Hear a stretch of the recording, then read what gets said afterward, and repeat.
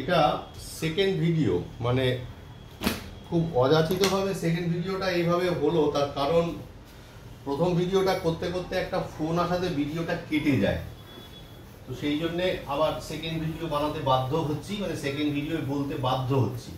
তো প্রথম ভিডিও যেখানে শেষ করেছিলাম, বলেছিলাম যে একটা ভোগ অপেক্ষক রেখা বা ভোগ রেখা কি হয়, যেহেতু ও স্বল্পকালে অটোনোমাস, সেই কারণে কি হয় যে ভোগ রেখাটা ওয়াই অক্ষের জাস্ট ওপর থেকে শুরু হয়। সেটা আমি তোদের টেনে দেখিয়েছিলাম।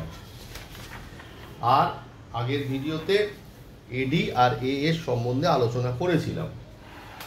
এবারে যেটা বলছিলাম সেটা হচ্ছে যে এটা ছিল সি সি ড্যাশ আর এটা ছিল সি প্লাস আই। বলেছিলাম যে আইটা অটোনোমাস, সেই জন্য সমান্তরাল ভাবে সরে গেছে, যার প্রত্যেকটা এই যে দূরত্ব সমান্তরাল, তার মানে এই স্লোপটা সমান। এদিকে জাতীয় আয় পরিমাপ করেছি আর এদিকে সি আর আই পরিমাপ করেছি, আর এই ছিল 45 ডিগ্রি লাইন, তার মানে এটা সি প্লাস এস আসলে। বুঝতে পারলি তো? তো ঘটনাটা হচ্ছে কি যে একটা জিনিস খেয়াল কর যে আমাদের তাহলে ভারসাম্য জাতীয় আয়, এগ্রিগেট ডিমান্ড আর এগ্রিগেট সাপ্লাই। তাহলে এগ্রিগেট সাপ্লাইটা হচ্ছে মোট যোগান আর এগ্রিগেট ডিমান্ডটা হচ্ছে মোট চাহিদা। সাপ্লাই সবসময় গভর্নমেন্টের দিক থেকেই তো আসে, তা সেটা মোটামুটি স্থির থাকে। তাহলে এই স্থির সাপ্লাইয়ে ডিমান্ডটাই কি হয়, ওঠানামা করে, তার ফলে ভারসাম্যে কিছুটা চেঞ্জেস আসবার প্রবণতা থাকে। সেটা কি আমরা এখন ডিসকাস করব। তাহলে যেটা করছি সেটা হচ্ছে যে এই যে পয়েন্টটা ই পয়েন্ট, এই ই পয়েন্টে কি হয়েছে, C plus I C plus S এর সঙ্গে সমান হয়েছে। দুদিক থেকে সি সি কেটে গেল, মানে সঞ্চয় বিনিয়োগের সঙ্গে সমান হয়েছে। সঞ্চয় বিনিয়োগের সঙ্গে সমান হয়েছে মানে এগ্রিগেট সাপ্লাই এগ্রিগেট ডিমান্ডের সঙ্গে সমান হয়েছে। আর সাপ্লাইটা তো মোটামুটি কিপিং কনস্ট্যান্ট থাকে। এবার কি বললাম, ডিমান্ড বাড়ে কমে। তা ডিমান্ড যদি বাড়ে কমে কিরকম ব্যাপারটা হতে পারে দেখ।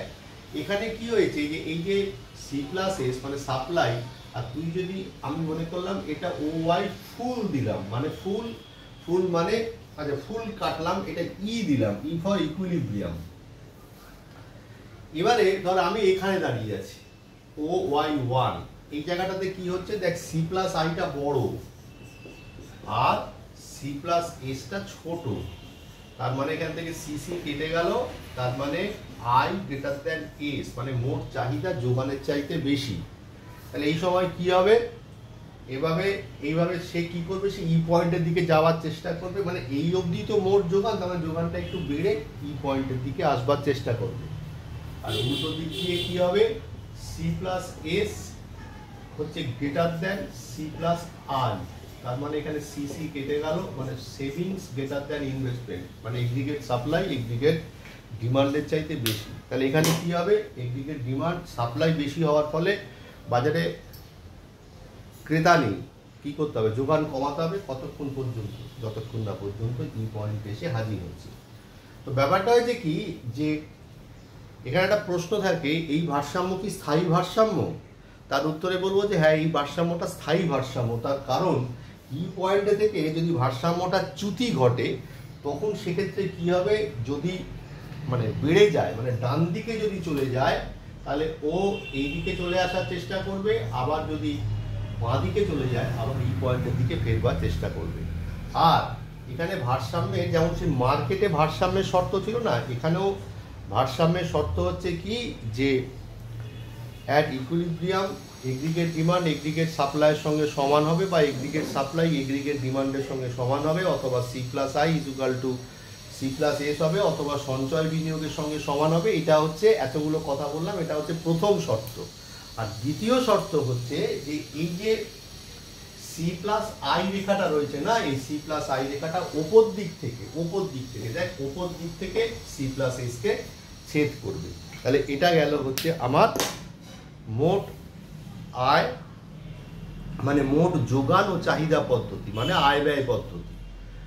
এই দুটো ভিডিওতে এই মেথডটাকে শেষ করলাম। পরবর্তী ভিডিওটায় আমরা কি করব, পরবর্তী মেথডটা শেষ করব।